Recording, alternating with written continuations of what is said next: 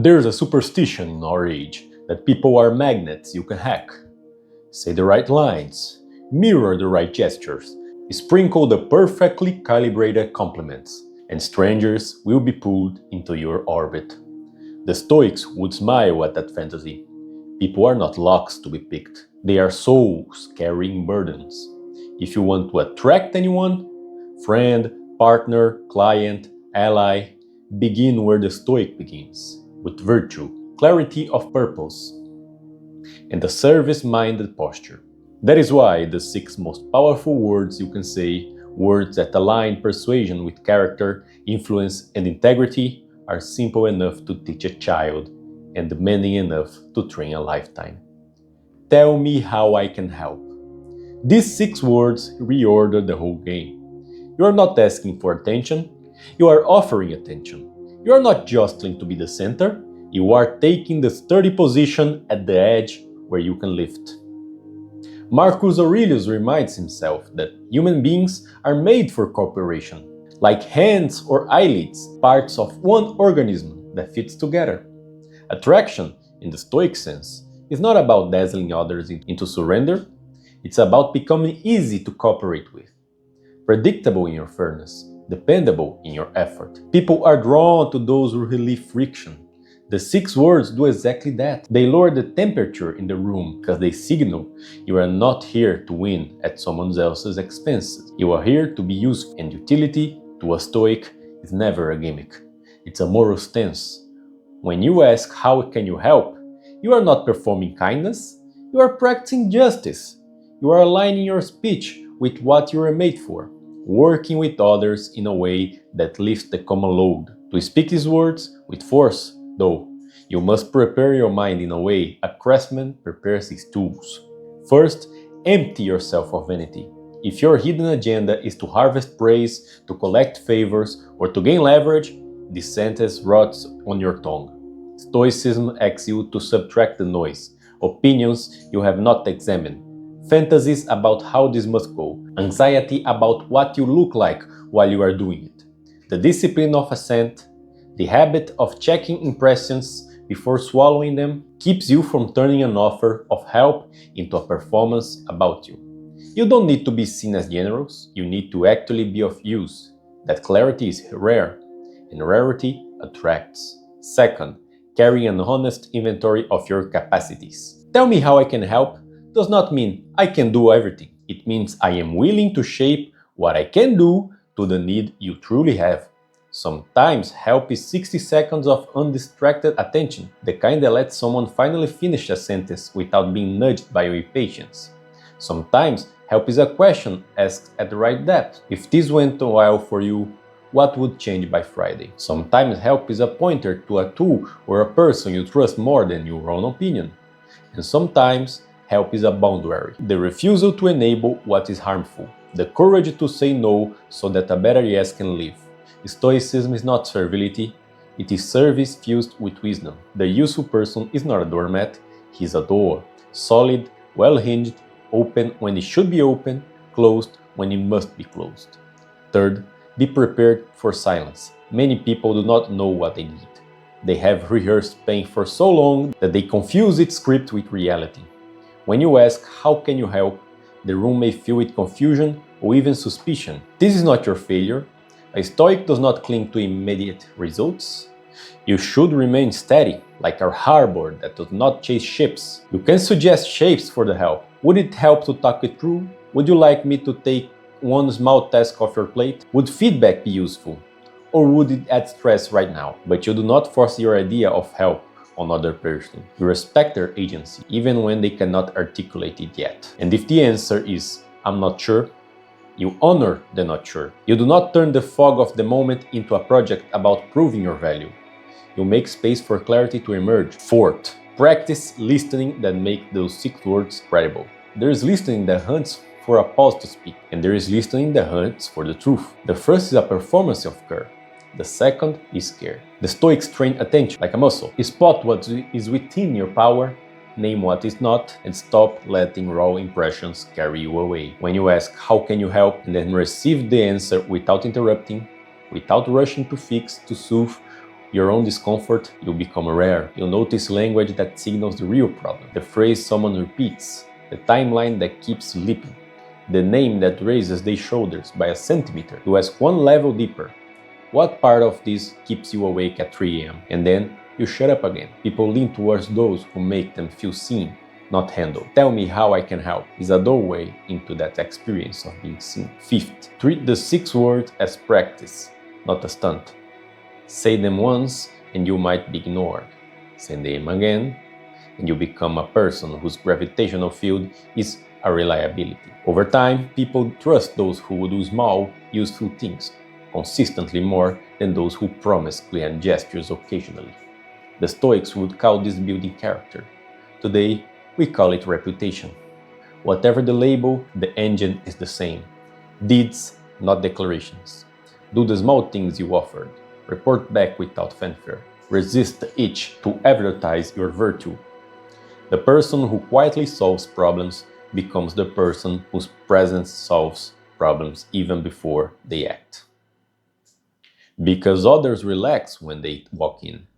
That is attraction at its most enduring. The relief of being around a steady hand. Here lies the paradox.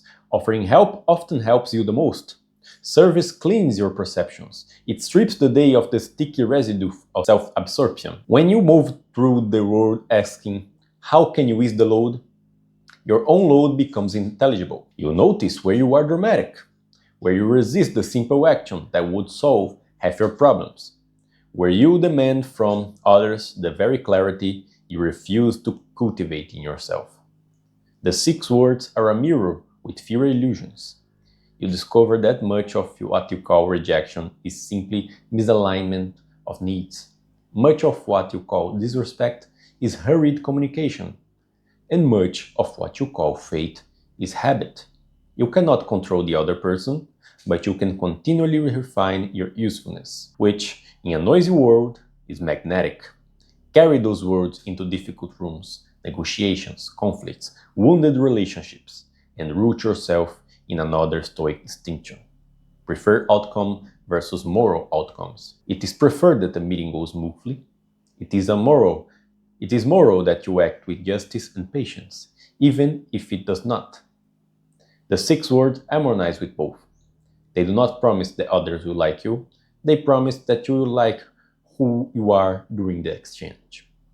You can lose the deal and keep your self-respect. And respect, properly earned, consistently demonstrated, attracts people whose respect is worth having. That is the long arc of Stoic influence. Not the quick spark that dazzles and burns out, but the slow light that others learn to navigate by. So practice. Before you ask for attention, offer attention. Before you deliver expertise, ask for the shape of the need. Before you pour energy, impression management, remember that utility is the impression that endures. Find someone you care about, or someone you barely know, and say today, tell me how I can help. Then wait, then listen. Then do one small, definite thing. Keep the promise of your 6 words. If you keep nothing else from Stoicism, keep this. Excellence of character is the most persuasive language a human can speak, and service is a grammar. Influence is not a magic phrase. It is a posture sustained across moments. You can say, tell me how I can help, and still push people away if your tone leaks urgency, vanity, or the hunger to manage their perception of you. Stoicism begins with the inner citadel, the space where motives are examined and trained, because words carry the scent of the person who speaks them. If your interior is frantic, the 6 words will sound like a sales pitch, a trapdoor into someone else's agenda. If your interior is disciplined, anchored in clarity about what is yours to govern and what is not, the same sentence becomes a clean invitation. So before you speak, do what the Stoics practiced, a brief internal audit. Ask, what outcome do I prefer? And then, more importantly, what virtue do I intend to practice regardless of outcome? If your preferred outcome is acceptance or applause, you will fidget when it does not arrive. But if your non-negotiable is justice, being genuinely useful without invading another's agency, then even a no leaves you composed. This composure is itself magnetic. Humans track steadiness, the way a sailor tracks a lighthouse. Tone is the first instrument. Keep it low, unhurried, sane. People have been conditioned to hear offers as pressure and kindness as currency.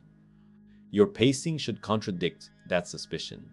Say the 6 words as if you have time, because you do have time for what is in your control: attention, patience, clarity. Speak as you would to a friend on a long walk, direct, warm, untheatrical. Then practice the Stoic art of leaving space. Silence is not an absence, it is a signal that you are not afraid of their reality.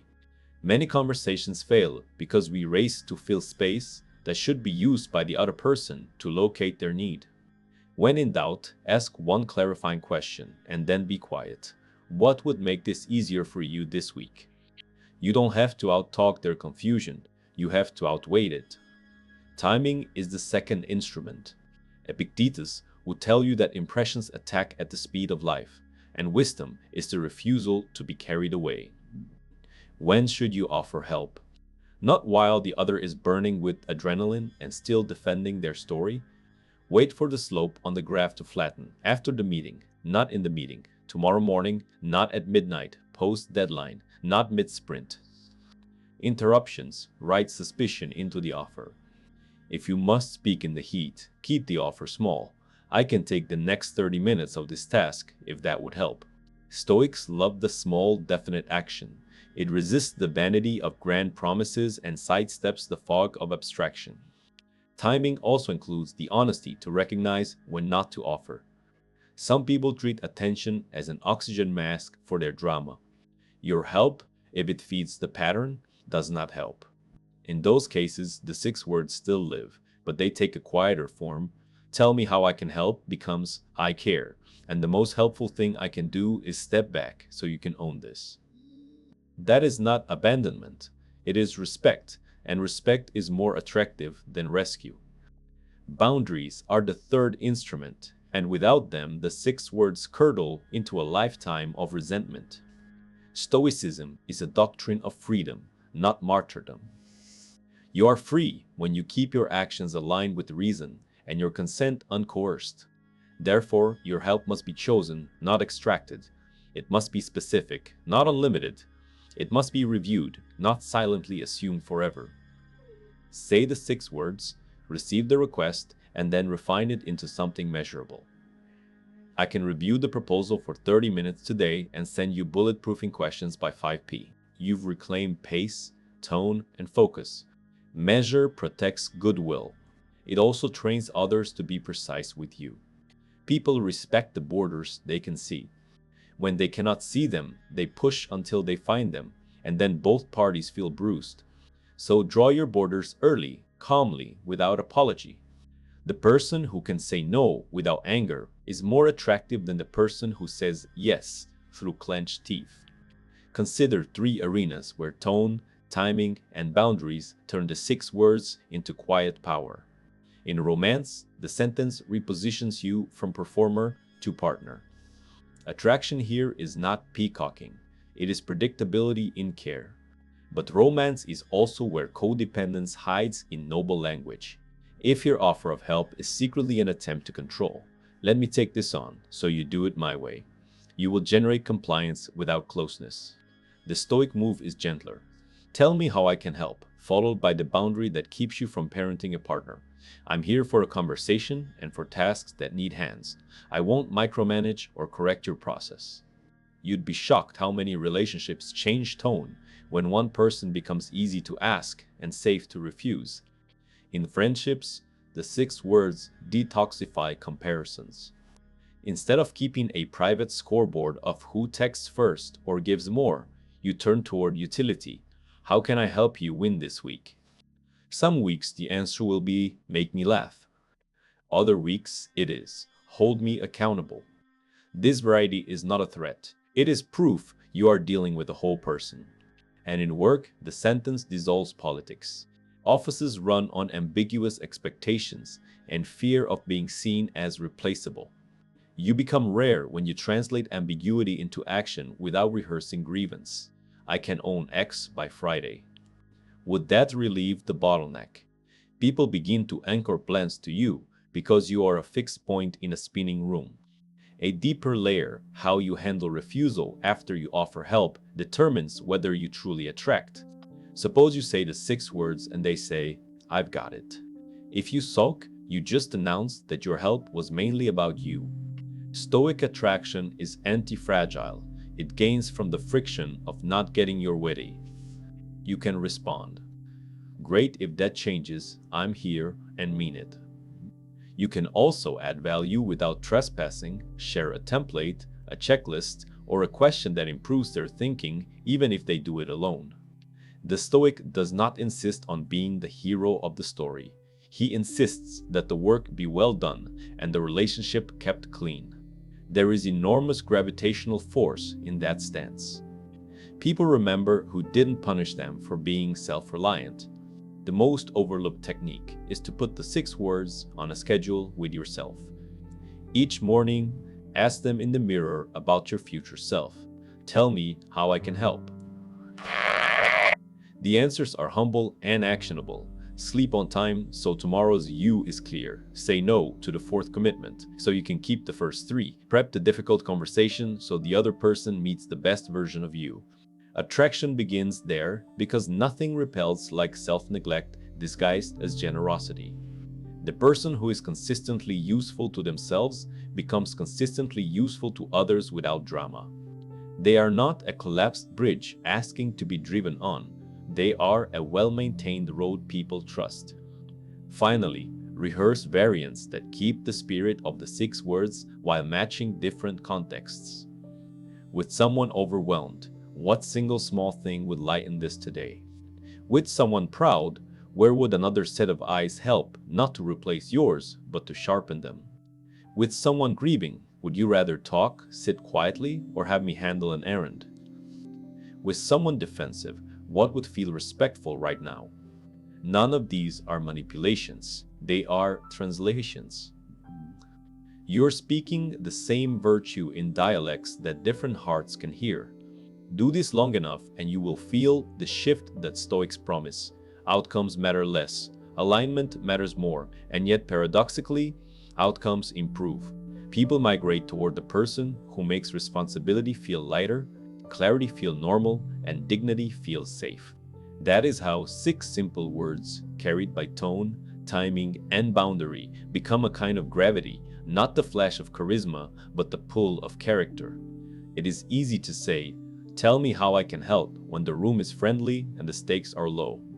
The phrase reveals its real power when you carry it into hard places, where voices rise, where money or pride is on the table, where your old fear of being overlooked tightens your throat.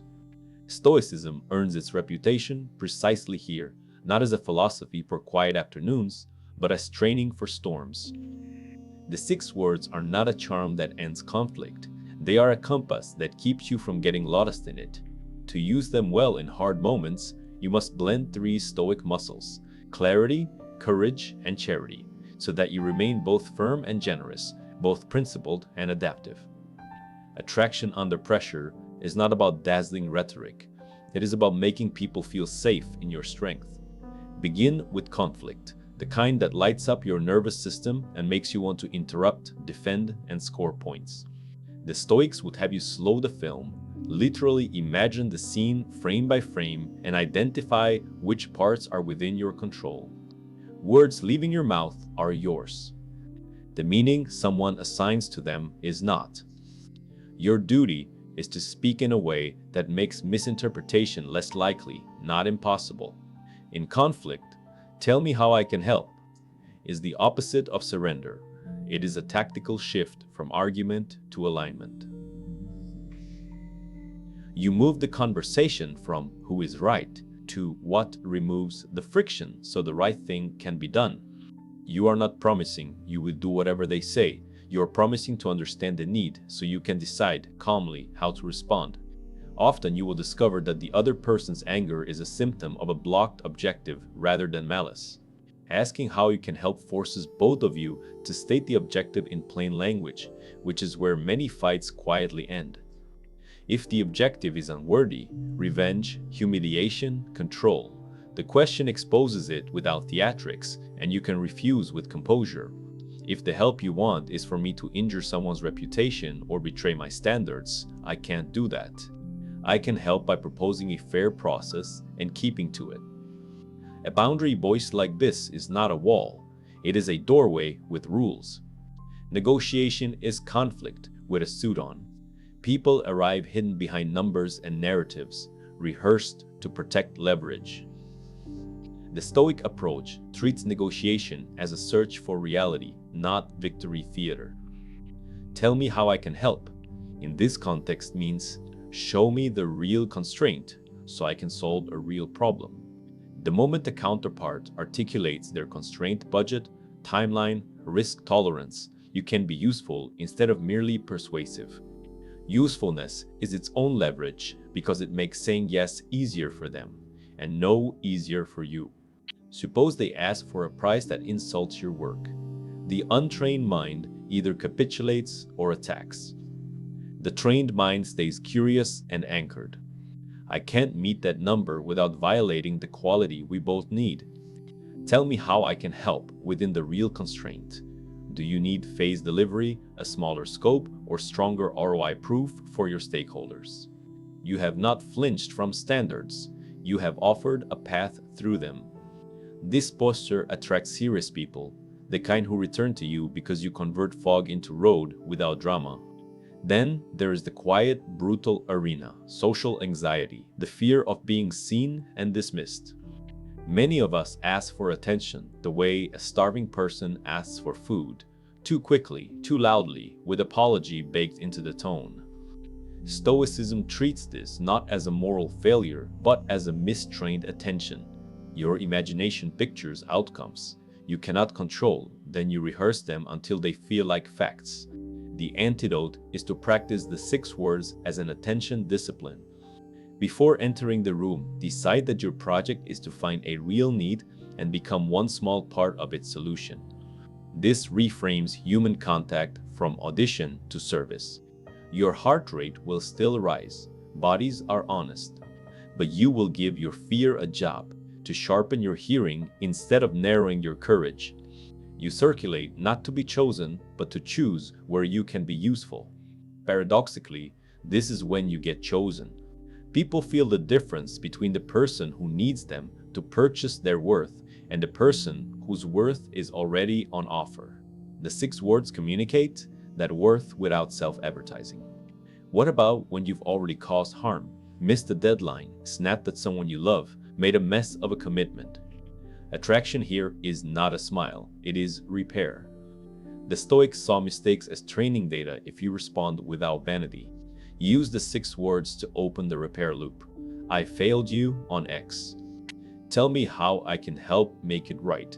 Then brace yourself for the answer, because repair has a price. Sometimes it is a concrete action.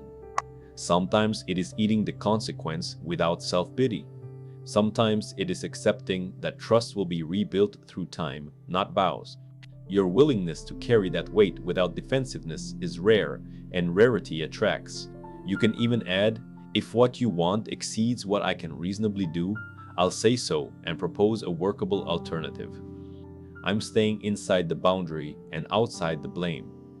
This line boundary plus responsibility is a masterstroke. It keeps you from atoning with self-injury and keeps the relationship from calcifying into resentment. People remember who could name a failure without drowning in it. There are darker cases still, manipulative requests dressed as need. Stoicism, properly practiced, does not turn you into supply for someone else's addiction to chaos, to dependence, to power. Tell me how I can help is not the same as I will become whatever you require. Your job is to distinguish between help that strengthens a person and help that weakens them. Ask yourself the old test. Will doing this today increase or decrease this person's capacity tomorrow? If it decreases it, you are not helping, you are fertilizing the problem. Say so without contempt. I care about you. The most helpful thing I can do is not replace your effort. I can sit with you while you make the call, or I can outline the steps with you, but I won't make the call for you. You will be accused of withholding.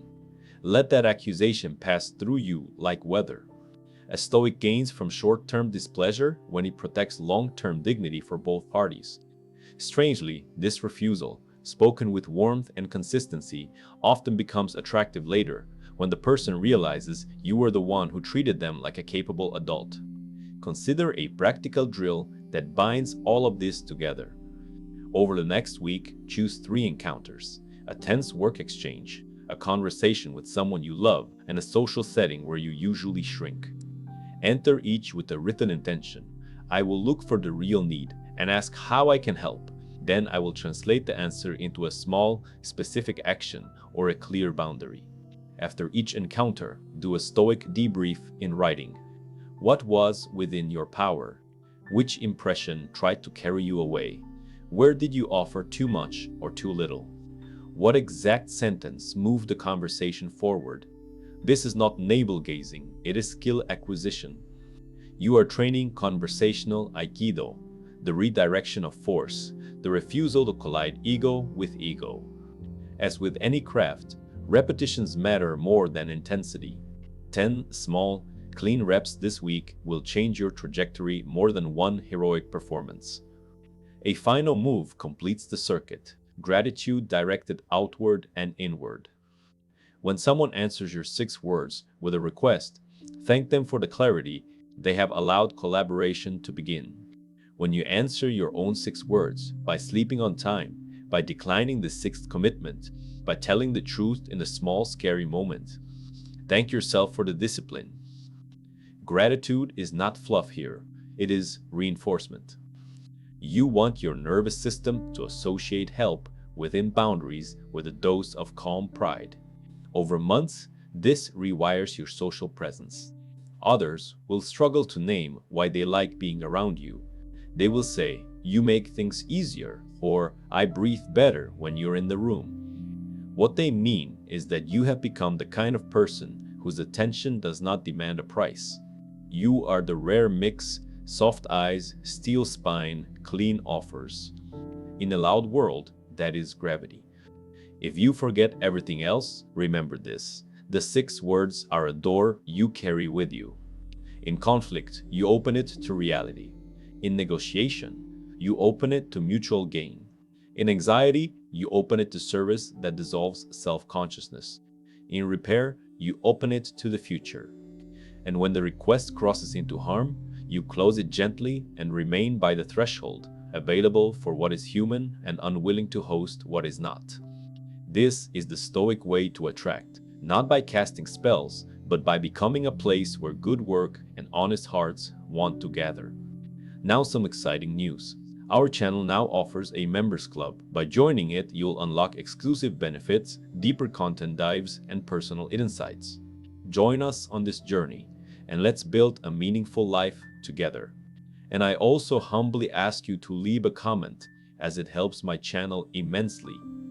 If you do not know what to comment, just write "better every day" so I know you reached this far. And don't forget to subscribe for more content like this.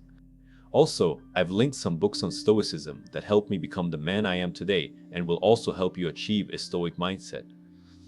Charisma flickers, systems endure. If you want the 6 words, tell me how I can help. To create a real gravitational pull in your life, you cannot leave them in the realm of inspiration. You must draft them into a routine, the way a builder drafts gravity into architecture. The Stoics were relentless system makers. Marcus Aurelius didn't trust mood, he trusted morning pages. Epictetus didn't trust slogans, he trusted disciplines that trained consent, attention, and action. So let's translate the spirit of those 6 words into a repeatable workflow that fits a modern day. Treat it like a craft. You are not being nice. You are learning to deliver value with elegance and boundaries, again and again, under pressure, and when nobody is watching. Do this for 30 quiet days, and you will watch your social world reconfigure around you, not with fireworks, but with the slow, reliable magnetism of someone others can count on. Start with a pre-brief, a 90-second check-in before each meaningful interaction. Write it down if you can. Speak it under your breath if you cannot. Ask 3 questions. What outcome do I prefer? What virtue will I practice regardless? And what small definite offer could I make that would remove friction? This is not fantasy, it is calibration. The preferred outcome stops you from drifting. The chosen virtue, say, justice or patience, anchors you when your preference is denied. The definite offer turns a vague desire to be helpful into a concrete action someone can accept or refuse. You walk into the meeting, the call, the dinner already a little freer because you have stripped the encounter of the hidden negotiation for approval that ruins so many conversations. If the moment invites it, you speak the 6 words. If it doesn't, you still act from them, because helpfulness is sometimes an action without an announcement. Then practice micro-promises, the atom of trust. A micro-promise is small enough to fulfill under stress and specific enough to measure.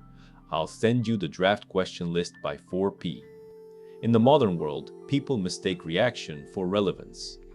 I'll carry the next step to the finish line and report back tomorrow. I'll call the vendor and return with 2 options by lunch. The Stoic brilliance here is that micro-promises are within your control. You cannot control whether someone praises you or even answers kindly, but you can control whether a promise with your name on it happens. You become a person whose words predict reality. Attraction lives there. People breathe easier around those who shorten the distance between talk and deed. And when you cannot meet a promise, you repair with speed and clarity, not ceremony. I'm missing the 4 p, so instead of explaining himself, he continues walking. Mark, here's the revised time and the obstacle. Do you want me to continue or reassign? This combination, early signal, honest obstacle, option to adjust, quietly separates you from most because it respects the shared project more than it protects your image. Next, install a daily debrief. The Stoics called it the evening examination. Not self-attack, not self-excuse, but an audit of where your agency was spent. Take 5 minutes and replay 3 scenes. Where did you ask the 6 words and what happened next? Where did you rush to help without asking and accidentally trespass? Where did you hide your help behind sarcasm, advice disguised as generosity, or the martyr's sigh? Name 1 sentence you will try tomorrow that would have made today cleaner. Would feedback help, or would that add stress? What would make this easier by Friday? I can take the next 30 minutes. After that, I'm offline. These are not critics. They are grammatical forms of virtue, ways to conjugate justice, courage, and temperance in live conversation. Over weeks, your debrief becomes a map of your patterns, and patterns you can see are patterns you can steer. Build a triage for requests so your help strengthens, not weakens. Imagine 3 buckets: do, design, and decline. Do holds tasks where your hands will remove friction quickly at low cost to your other duties. Design holds problems where a conversation, a checklist, or a template would help more than your hands, because the goal is to improve the system, not carry it. Decline holds requests that cross your boundaries or train dependence. The 6 words open the door to all 3, but your reason assigns the bucket. You might say, I can do X today, or let me design a checklist so you can do this faster next time, or I care, and the most helpful thing I can do is step back. Here's a first step you can own. This taxonomy saves you from the emotional oscillation between overgiving and hardening. It also trains the people around you to engage you at the right altitude. Over time, you will notice something delightful. More of the asks coming your way land in design, because people begin to associate you with clarity creation rather than heroic rescues. Learn 3 advanced phrases that keep the 6 words sharp. The first is the helpful, no, I can't own that, but here are 2 ways I can still move this forward. The second is disagree and help. I don't agree with this approach. Here's how I can help us test assumptions without derailing the timeline. The third is help within constraint. Given budget and time, here's the version I can deliver at full quality. Each phrase protects your standards while preserving cooperation. A Stoic's job is not to be agreeable, it is to be constructive. You want to be the colleague, friend, or partner who can say no without poison, yes without self-betrayal, and I think we're wrong without contempt. That combination is rare enough to feel like charisma, but it is just the glow of self-respect. Extend the system to digital life, where tone is easily lost. In email or text, the 6 words shrink to, "How can I help?" and risk sounding abrupt. Cushion with clarity, not fluff. Begin with the objective you think you share, then offer a specific way you can contribute, then ask if that's the right move. My understanding is we want sign-off by Thursday. I can draft a summary and circulate it by tonight. Would that help? You're not performing warmth, you're reducing cognitive load. In group chats, resist the urge to prove presence by piling on. Ask the clarifying question the room is avoiding, and pair it with a small offer. What does done look like for this? I can own the checklist if we agree on the criteria. People learn quickly that your name in the thread means momentum without noise. Bring the system into love, where roles blur and motives tangle. It is easy to turn the 6 words into quiet control, to offer help that comes with invisible strings, to give so that you can later accuse. Stoicism forbids that economy. Replace scoreboard keeping with micro-promises and boundaries spoken early. Tell me how I can help tonight can lead to, I'll handle dinner and cleanup, I need 30 minutes of quiet after. Help plus boundary preserves tenderness, because neither party has to mind read. And when conflict comes, remember your triage. Sometimes love is do. Hold me, fix the hinge, send the email. Sometimes love is design. Let's build a ritual so this pain doesn't keep looping. Sometimes love is decline. I won't participate in this version of the conversation. I'll be here when we can be kind. Attraction deepens when safety grows, and safety grows around people who speak clearly, do reliably, and refuse to fuel harm. Train recovery as part of the system. Even the disciplined crack, you will overcommit, you will rescue when you should design, you will say yes with resentment hiding under your voice. The Stoic test is not perfection, it is repair speed. When you feel the resentment flare, treat it like a dashboard light. Pause, own the pattern, and renegotiate before the engine burns. I volunteered too fast. Here's what I can still do gladly. Can we adjust the rest? Notice the adverb, gladly. Stoicism is not grim duty, it is cheerful alignment with what is yours to do. People can feel the difference between gifts given freely and gifts given with a tax invoice stapled to the bottom. You will keep attraction by keeping that cheer honest. Finally, teach the system to others without preaching it at them. Model the 6 words. Narrate your micro-promises. Praise triage when you see it. In a team, normalize short offers and clear declines. I can take the next step. I don't have capacity. Here's a template instead. Celebrate repair without dramatizing failure. When culture shifts from ego defense to mutual usefulness, politics fall off the table because there's nothing sticky for them to cling to. A Stoic would call this living according to nature, humans cooperating to lift the common load. In modern terms, it is simply a more breathable life. You will be tempted to look for shortcuts, a phrasing hack, a charisma angle, some way to make the 6 words hit harder. Resist that itch. Put that chain in motion, and the words will begin to carry their own weather. Rooms will change when you enter, not because you enchanted anyone, but because your presence predicts fewer surprises and more solutions. That is attraction as the Stoics understand it. Not the hunger to be chosen, but the choice to be useful in a way that nourishes both sides. Say the words. Keep the promises. Draw the line. Quietly, you will become the person others lean toward when things matter. If the sentence, "Tell me how I can help," is the blade, Stoic philosophy is the steel it's forged from. Without the metal of the virtues, the blade bends under pressure. It turns into flattery when you want approval, into rescue when you fear conflict, into control when you can't tolerate uncertainty. With the metal, the same 6 words cut cleanly through confusion, complaint, and performance. The ancients were not trying to make us polite, they were trying to make us precise. They argued that a life that actually works rests on 4 pillars: wisdom, justice, courage, and temperance, and that human flourishing requires the weight of our days to be distributed across them. Your 6 words become magnetic only when they are powered by this square engine. In a noisy world, the quiet attractiveness you seek is not produced by tricks of tone, but by a character that other people can lean on without falling through. Begin with wisdom, which the Stoics define not as data accumulation, but as the right grasp of things, seeing what something is, what it is for, and where your agency ends. When you ask, "Tell me how I can help," wisdom insists that you discern the difference between a problem of facts, a problem of process, and a problem of perspective.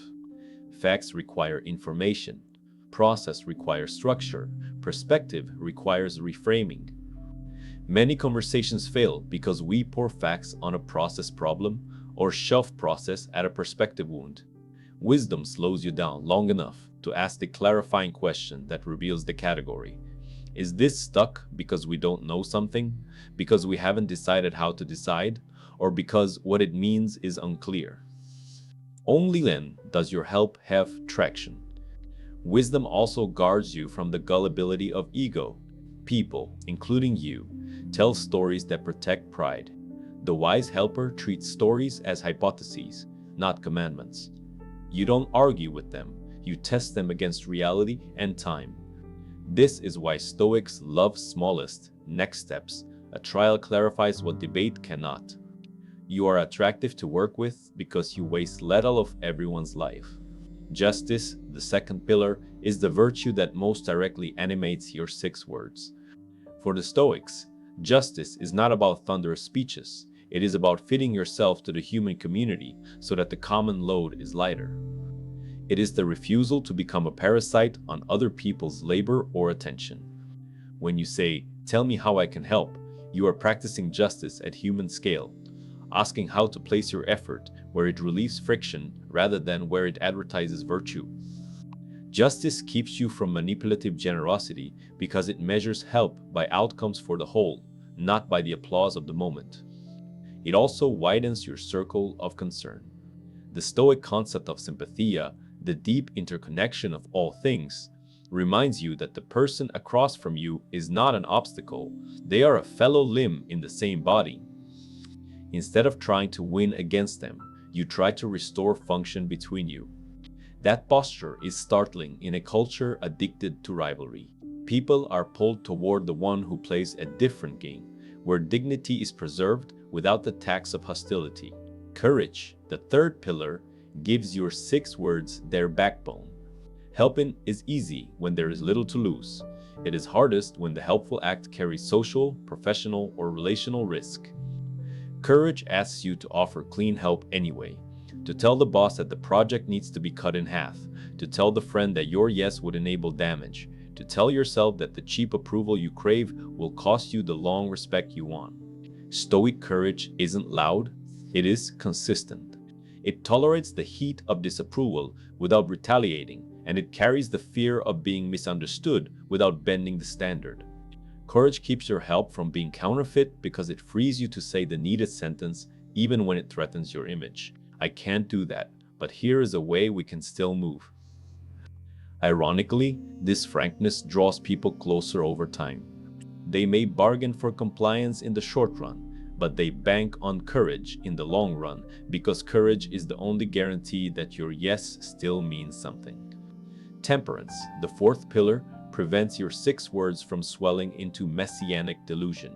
Without temperance, self-command, help becomes grandiosity. You volunteer for every burden, you sprint toward every fire, you confuse busyness with virtue and resentment with martyrdom. The Stoics saw temperance as the architecture of a sane life. It is the discipline of enough, the joy of appropriate limits, the art of leaving space around what matters, so it can breathe.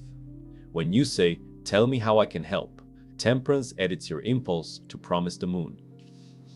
It translates vague goodwill into precise commitments with edges. It puts your phone face down.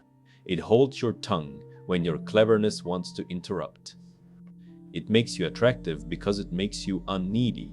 People trust restraint. It signals that you won't weaponize what you know or overstay your welcome in their problems. Underneath the four pillars sits a foundation. The Stoics called oikeusis, becoming at home in your nature. Humans, they said, are wired to perceive, reason, and cooperate. We go wrong when we try to be something else, when we outsource our judgment to the crowd, when we pretend that feelings are facts, when we treat other people as scenery or tools. The 6 words are powerful because they restore you to your natural design.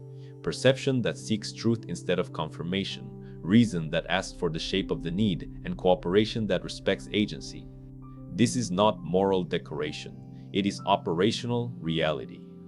The person who moves with their design suffers less friction and causes less friction. Others feel at ease and move toward it. 2 further disciplines keep the engine tuned: the dichotomy of control and the reserve clause. The dichotomy of control divides the world into what is up to you and what is not. You cannot control how someone receives your offer. You can control whether the offer is sincere, specific, and bounded. You cannot control whether your help is welcome today. You can control whether you remain available without sulking tomorrow. This division removes the neediness that makes help heavy. The reserve clause adds a layer of humility to every commitment. I will do X, fate permitting. By acknowledging contingency, you inoculate your ego against the shock of interruptions and the rage of thwarted plans. You become the rare person who adjusts without melodrama. The less melodrama in your orbit, the more people want to enter it. 2 lenses further deepen your practice: the view from above and premeditatio malorum. The view from above invites you to imagine your interaction from a height, your city as a grid of moving lives, your moment as a pixel in a century. This washes out petty urgency and returns scale to the conversation. Your 6 words lose their anxious edge and gain a patient one. Premeditatio malorum is the rehearsal of obstacles. Before entering a hard room, you visualize interruptions, refusals, misreadings, and delays. Then you choose your virtues in advance. If refusal comes, I will stay warm and steady. If blame comes, I will separate fact from story before answering. If silence follows, I will not fill it with performance. This rehearsal shrinks surprise, and people are drawn to the one person not startled by life behaving like life. There is also the tender Stoic marriage of memento mori and amor fatis, remembering death and loving fate. Memento mori compresses time so that kindness becomes urgent. You do not defer usefulness to a mythical later. You respond today, you tidy what you can today. You speak your 6 words today because you might not be given many more chances to dignify another's load. Talks. Amor fatis goes further than acceptance. It is the love of what happens, the decision to treat events as material for excellence. When your offer is refused, when your help backfires, when your limits are exposed, you do not narrate tragedy, you narrate training. The moment becomes an assignment to become the sort of person who remains both kind and clean in the presence of disappointment. That alchemy turning loss into practice has its own magnetism. People look up after a stumble and notice you are still there, steady, available, unashamed. Trust thickens. To keep the engine from seizing, you must also purify your speech. Stoicism is ruthless about language because language is the steering wheel of attention. The 6 words are powerful partly because they are short, concrete, and free of the ego's perfume. Extend that discipline to the sentences that flank them. Strip your offers of hedges and bait. Replace, I was just wondering if maybe you wanted me to, help, with, if you want help, I can do X by Y. Replace, I'm swamped, but I'll try, with, I can't do that, but I can do this. Replace, let me take care of it since you're busy, with, would it help if I handled A while you finish B? Clean language is not cold, it is respectful. It refuses to smuggle pressure or guilt into the gift. In a world exhausted by passive aggression, clean talk attracts like fresh air. A final philosophical thread ties this all together: the Stoic identity as a craftsperson of character. You are not auditioning for sainthood each day, you are practicing a craft. Craftspeople love constraints because constraints sharpen skill. Your constraints are the other person's agency, your limited time, and the facts of the situation. Within those, you make something beautiful, a conversation where dignity rises and work moves. Some days the piece is rough, other days it sings. What makes you attractive is not perfection, but visible commitment to the craft. People recognize it in your micro choices. The way you let silence do work, the way you decline without spike, the way you follow through without trumpet. They sense that you are building something stable in yourself, and we all want to be near buildings that will still be standing after the weather changes. If you worry that all of this is too ideal for the real world, let the worry speak and then return to the smallest executable unit. Wisdom asks one clarifying question before the offer. Justice places your effort where it relieves shared load. Courage says the needed true thing cleanly. Temperance keeps the promise small enough to keep. That is the engine. That is the steel. When it hums, those 6 words stop feeling like a tactic and start feeling like the natural speech of a person you would follow into weather. And when enough days like that stack, your presence becomes its own quiet invitation, an orbit where other people discover they are capable, dignified, and unafraid. That is a gravity no hack can manufacture. You do not need another concept. You need proof. Not in the dramatic sense of a life-changing weekend or a viral revelation, but the kind of proof the Stoics prized, a month of ordinary days stacked with uncommon intent. The 6 words, tell me how I can help, have been examined from every angle now. Tone, timing, boundaries, systems, and the square engine of virtues powering them. What remains is the quiet demonstration that they work in the only laboratory that matters, which is your next 30 mornings and nights. The aim is not to convert you into a permanent fixer or to wrap your identity around usefulness. The aim is to let usefulness cure your vanity, your avoidance, and your addiction to outcomes you cannot control. Attraction is the byproduct. The experiment is simple. For 30 days, you will carry those 6 words into the smallest possible units of life, and you will let the results teach you how to live. Begin with a pledge that sits beneath the pledge, a promise the Stoics loved because it thins the ego without thinning commitment. I will practice this faithfully, fate permitting. You will be interrupted, the day will surprise you. Human beings will behave like human beings. The experiment assumes weather. Each morning you will write a sentence describing where your 6 words will land first. It is not a wish list. It is a decision measured by names, places, and times. You will pick one context close to you, someone you love or work with, and one context, one ring further out, someone you usually overlook or a weak tie you rarely tend. Then you will move through your day as if you are entrusted with a small, essential craft, seeing clearly, speaking cleanly, and doing one bounded thing that actually lightens a load. When you forget and fall back into performance, you will not scold yourself. You will reset mid-conversation and try again. The experiment measures persistence, not perfection. Across the month, you will discover that the sentence changes shape like light during the day. In the morning, it is an orientation device. It tells your attention what to hunt for and inoculates you against the trap of busyness that produces nothing but the illusion of contribution. At noon, it becomes a thermostat. It lowers the fever of urgency that other people's panic tries to install in your body and lets you calibrate your offer to what would genuinely help rather than what would showcase your competence. At night, it becomes a repair kit. You can say the 6 words to your own conscience without flourish. Tell me how I can help, and often the answer is embarrassingly practical. Sleep now, clean your desk, apologize without the speech, protect the first 90 minutes tomorrow so your best self is present for someone else. These micro repairs are not glamorous, but they compound into a presence people feel as steadiness. The month will also teach you which forms of help belong to you and which do not. You will notice that some requests violate your standard or devour your capacity or trade long-term dignity for short-term peace, and you will practice the art of saying no with a warm face and a clear alternative. The phrase will stretch to include refusals that are themselves a gift. I can't do that.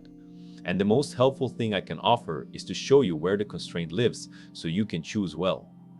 You will stop trying to save adults from the work that makes them adults.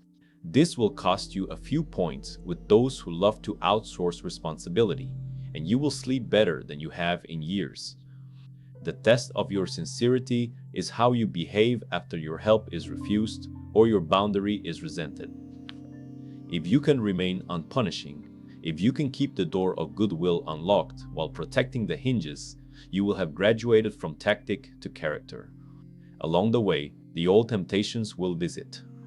You will feel the itch to advertise your usefulness, to screenshot kindness and post it to the ledger of public approval, to negotiate payment for attention with attention. Let them visit, then let them leave. A philosophy becomes alive when you no longer need witnesses to keep your promises. You will also be tempted by the opposite, to retreat from demand under the banner of boundaries, when the truth is fatigue, fear, or simple selfishness. Let that temptation speak to, then return to the question that cleans the inner room: what would actually help here within my limits without distorting this relationship? When the answer is nothing, choose nothing loudly and kindly. When the answer is something small, do the small thing as if you were polishing a blade you intend to hand to your future self. In time, the person you are training will thank you for keeping the edge. Near the end of the month, you will notice a paradox. The Stoics would recognize with a nod: the less you chase outcomes, the more favorable they become. People respond to clean offers because clean offers do not tax their nervous systems. They do not feel trapped in unspoken obligations or manipulated by sweetness that carries a bill. They sense the absence of self-drama and settle into their own clarity. Meetings shorten because you ask the sentence that relocates the bottleneck. Conflicts cool because you refuse to be an opponent and insist on being an ally to the problem being solved. Romance steadies because the energy once spent on extracting reassurance is spent on creating a life you both trust. Even your solitude improves because your attention stops rehearsing imaginary audiences and starts rehearsing the work that keeps your soul in order. Attraction, properly understood, is not a magnet you carry. It is the gravity created by a light that runs on ordered priorities. What if you finish the month and feel unchanged? The Stoics would shrug and ask for your notes. Not your feelings, your notes. Where did the sentence land? Where did it fail? Which person reacted with relief? Which person reacted with suspicion? Which hour of the day resisted clarity? Which environment amplified your best? Philosophy is carpentry. The wood teaches the hand. Perhaps you will learn that your mornings disappear to the crowd's urgency and you must stand a silent guard at your first 90 minutes. Perhaps you will learn that your generosity is most dangerous when you are praised, and so you will create a ritual that empties praise of its sting before you answer new requests. Perhaps you will learn that one relationship in your life runs on a currency you can no longer ethically mint, and you will have the conversation that ends the trade. None of this requires drama. It requires the patient precision of someone who has decided to become trustworthy on purpose. The experiment ends when the 30 days pass. The practice does not. The final move is to choose a form for the years ahead. The Stoics favored forms because forms outlast moods. You might adopt a permanent morning line. Whom will I help? How and within what boundary, and an evening line. Where did help become performance, and how will I clean it tomorrow? You might enshrine one day each month as a maintenance day, a day when you audit your commitments and release what no longer belongs to you so that your yes recovers its value. You might choose one table, literal or figurative, where people gather because they know your presence settles chaos and advances work. It could be your kitchen, your team's weekly check-in, or a video call you host for people learning to be useful without losing themselves. Call it a guild if you like. The Stoics were not solitary statues. They were citizens, helping citizens become less at the mercy of noise. Now, at the end of this arc, you can see the shape of what you were building. You were not memorizing a trick. You were training a voice that enters rooms already aligned with virtue. You were learning to ask a question that dignifies the other person while refusing to bankrupt yourself. You were accepting that outcomes live in a universe too large to be bullied, and that character is the only lever designed for human hands. You were choosing, repeatedly, to be the kind of person people grow around, because they can breathe, because they can think, because they can carry their share without your shadow on the scale. If that is attraction, it is the only kind that lasts, because it does not depend on youth, status, or noise. It depends on whether you keep the promise of 6 plain words. So take them with you. Carry them into the next call, the next dinner, the next moment you want to retreat or perform. Breathe once. Lower your shoulder. Let your voice be sane. Align your will with what is yours to govern. Then say it without perfume or apology. Tell me how I can help. Let the answer shape a small, honest act or a clear, kind no. Let the day end how it ends and be ready to begin the experiment again tomorrow, fate permitting. This is how a philosophy becomes a life. This is how a life becomes a quiet invitation. And this is how a quiet invitation becomes gravity. Now, if any part of this message has been helpful to you, leave us your like and comment, helping the algorithm recommend it to someone who needs it at this time. Don't forget to subscribe so you don't miss new videos. And if you look through the videos we've already uploaded, you're sure to find something to take with you. Have a good day.